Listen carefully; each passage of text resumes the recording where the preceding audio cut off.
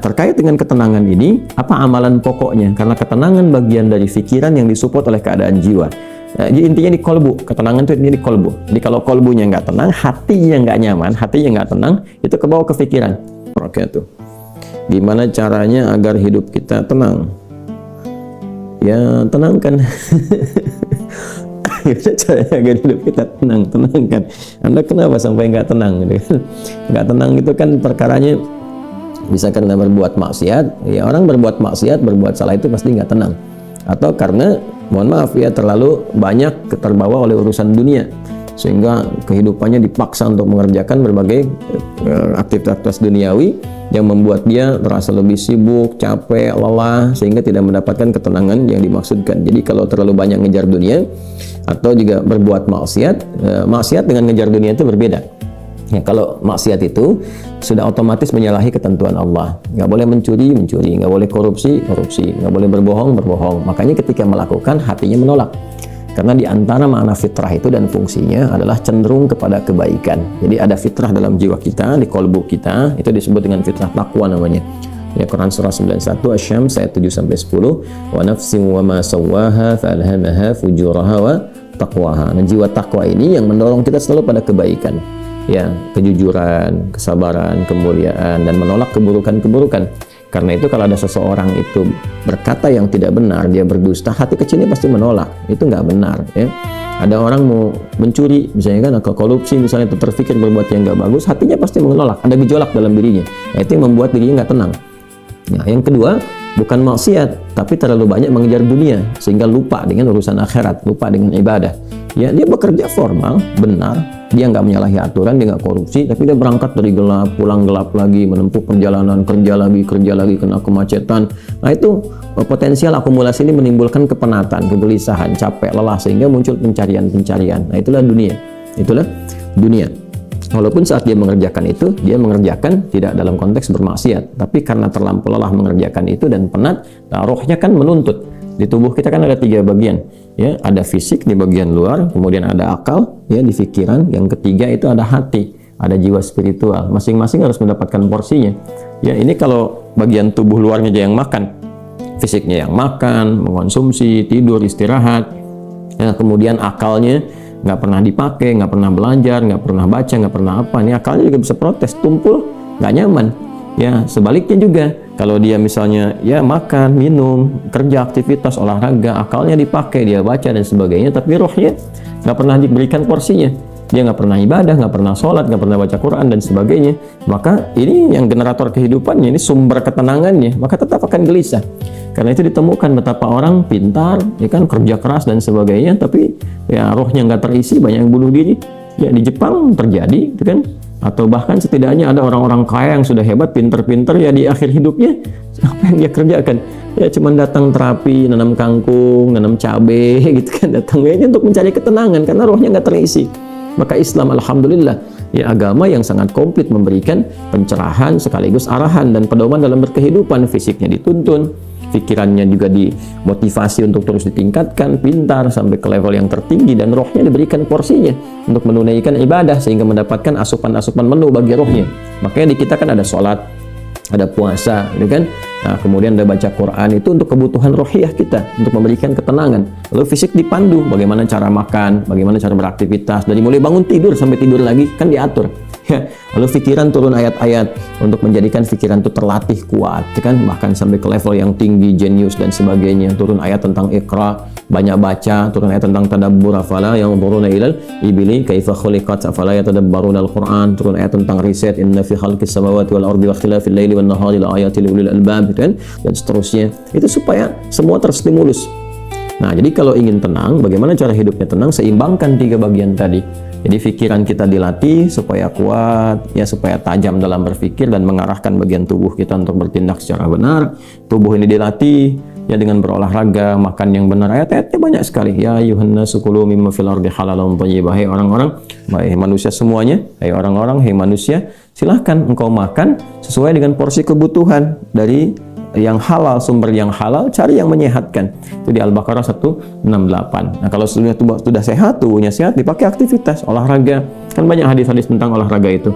Alimu auladakum bisibahati warrimaya, kata Nabi, ajarkan anak-anakmu olahraga berenang atau dengan melentar atau dengan memanah atau dengan berkuda. Itu contoh-contoh yang real di era Nabi yang kiranya bisa menyehatkan. Atau kita riset misalnya olahraga apa yang kira-kira menyehatkan, ya, yang senafas dengan tadi jenisnya. Jenisnya bisa berbeda setiap zamannya. Zaman Nabi nggak ditemukan misalnya olahraga futsal, basket, misalkan bola, apalagi jenis-jenis yang sekarang ada banyak, atletik dan sebagainya. Tapi kan kita bisa meriset. Oh, ini renang ini apa saja nih manfaat-manfaatnya? Apa nanti olahraga sejenis yang kira-kira yang sama yang bisa dipraktekkan kekinian, atau olahraga yang berbeda tapi manfaatnya sama, melatih otot ini, menyehatkan yang ini, silahkan, walaupun jenisnya nggak sama di era Nabi. Era Nabi misalnya dengan memanah, era sekarang misalnya dengan olahraga menembak, gitu kan, sah-sah saja, silahkan. Yang penting konsentrasinya sama, walaupun dengan alat atau perangkat yang berbeda. Ya, nanti kalau ingin dilatih lagi dengan panahan, ya nggak ada masalah. Jangan disimpulkan begini, kalau kalau panahan sunnah, kalau menembak misalnya bid'ah, nah itu sempit dalam berpikirnya. Ya, dan Nabi pun kan visioner. Di zaman Nabi mengatakan, ajarkan anak-anakmu berenang di mana? Di padang pasir. Ya kan? Kan tidak mudah mendapatkan tempat renang, ya kan? Nah, tapi kita tarik ke sekarang, kan itu visi yang panjang. Kalau di riset, berenang ini adalah olahraga yang menyehatkan otot ini, otot itu, untuk cedera, untuk saraf kejepit, untuk macam-macam misalnya. Nah, itu sesuatu yang bisa kita riset, lalu kita bisa keluarkan jenis-jenis baru yang mengambil dari manfaat itu. Itulah riset.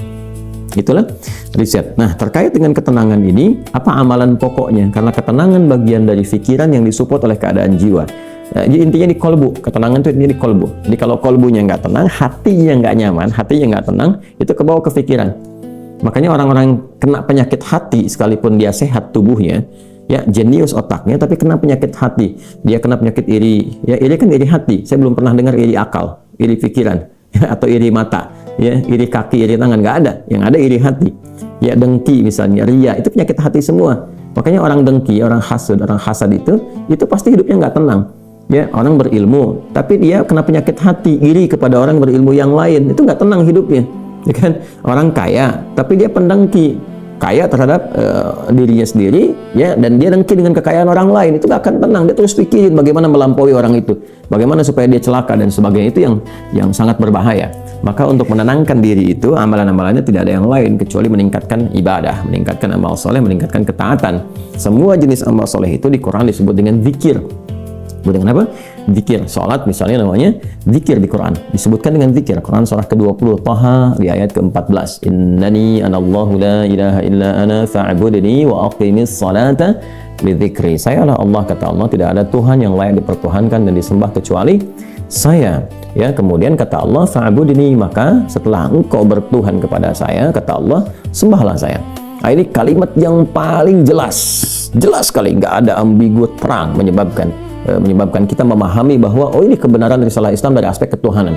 Ya, silakan Anda komparasikan. Ya, saya sejauh ini saya mengkomparasikan, melihat, membandingkan, saya tidak menemukan kecuali di Islam yang di dalam kitab suci mengatakan langsung Tuhannya langsung, ya, yang berkata saya Allah, kata Allah itu kan, ya, tidak ada Tuhan selain saya. Itu tegas sekali. Ya, menyebutkan saya Allah, nggak ada Tuhan selain saya, sembah saya. Dan biasanya kalau ada kalimat atau informasi yang pede jelas disampaikan, itu menunjukkan kekuatan dan kebenaran. Karena Allah dengan sendirinya, dia kan meyakinkan, ya, kita semua dengan menegaskan sifatnya tegas. Dan karena memang ketuhanan itu hanya dimiliki oleh Tuhan yang benar.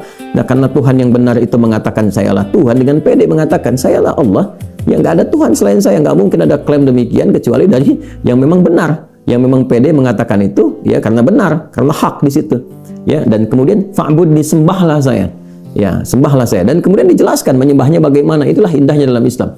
Tauhidnya diatur, ya, tentang Tuhannya. Dan kalau Anda misalnya gini, saya logikakan sederhana, ya, orang-orang kan kalau nggak pakar, nggak punya kemampuan atau nggak sesuai dengan kualifikasinya, nggak mungkin mengatakan itu kan, ya. Ada orang mengatakan misalnya saya adalah pesilat, mana yang mau bertarung misalnya kan, atau beruji tanding dengan saya. Kalau dia bukan pesilat, nggak mungkin dia bisa mengatakan itu. ternyata dia bukan pesilat misalkan, dia cuma pesilat lidah gitu kan, bukan pesilat tangguh, dan nggak mungkin dia mengatakan pede mengatakan demikian. Ya, saya lah ahli kungfu misalnya kan, silahkan ada yang ingin tanding mengetes di kungfu. Kalau dia bukan ahli kungfu nggak mungkin mengatakan demikian. Nah ini Allah mengatakan dengan jelas, sayalah Allah, nggak ada Tuhan selain saya, sembah saya. Nah, bisa nggak ditemukan misalnya dimanapun tuh, termasuk di kitab-kitab yang disucikan, temukan ada nggak Tuhan yang mengatakan sayalah Tuhan, ya kan? Disebut namanya, sembah saya, kalimat itu temukan ya di Quran jelas. Kemudian fa'budni, sembah saya, wa aqimis shalah, dan tunaikan salat. Cara menyembah saya itu dengan menunaikan salat, dan diatur. Ini indahnya dalam Islam tuh. Kemudian ditegaskan, saya Allah, saya Tuhan. Kemudian nggak ada Tuhan selain saya, kata Allah. Kemudian sembah saya.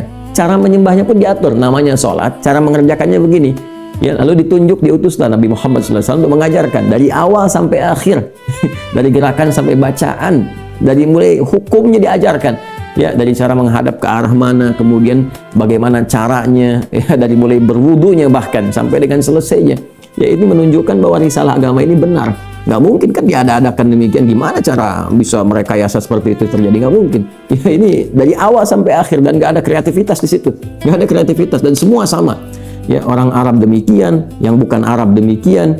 Ya, jadi nggak ada ceritanya misalnya di Arab pakai bahasa Arab, di Indonesia pakai bahasa Indonesia. Ya, di Indonesia, di Sumatera pakai bahasa Sumatera misalnya, di Jawa pakai bahasa Jawa. Tidak. Ya, Quran mau dimanapun pakai bahasa Arab, sholat dengan cara yang sama, menghadap ke tempat yang sama. Tapi terkait dengan pertanyaan ini, teruskan ayatnya, wa aqimis sholata lidzikri, tunaikan sholat kepadaku dengan sebagai zikir. Jadi sholat itu disebut dengan zikir, berdoa juga zikir.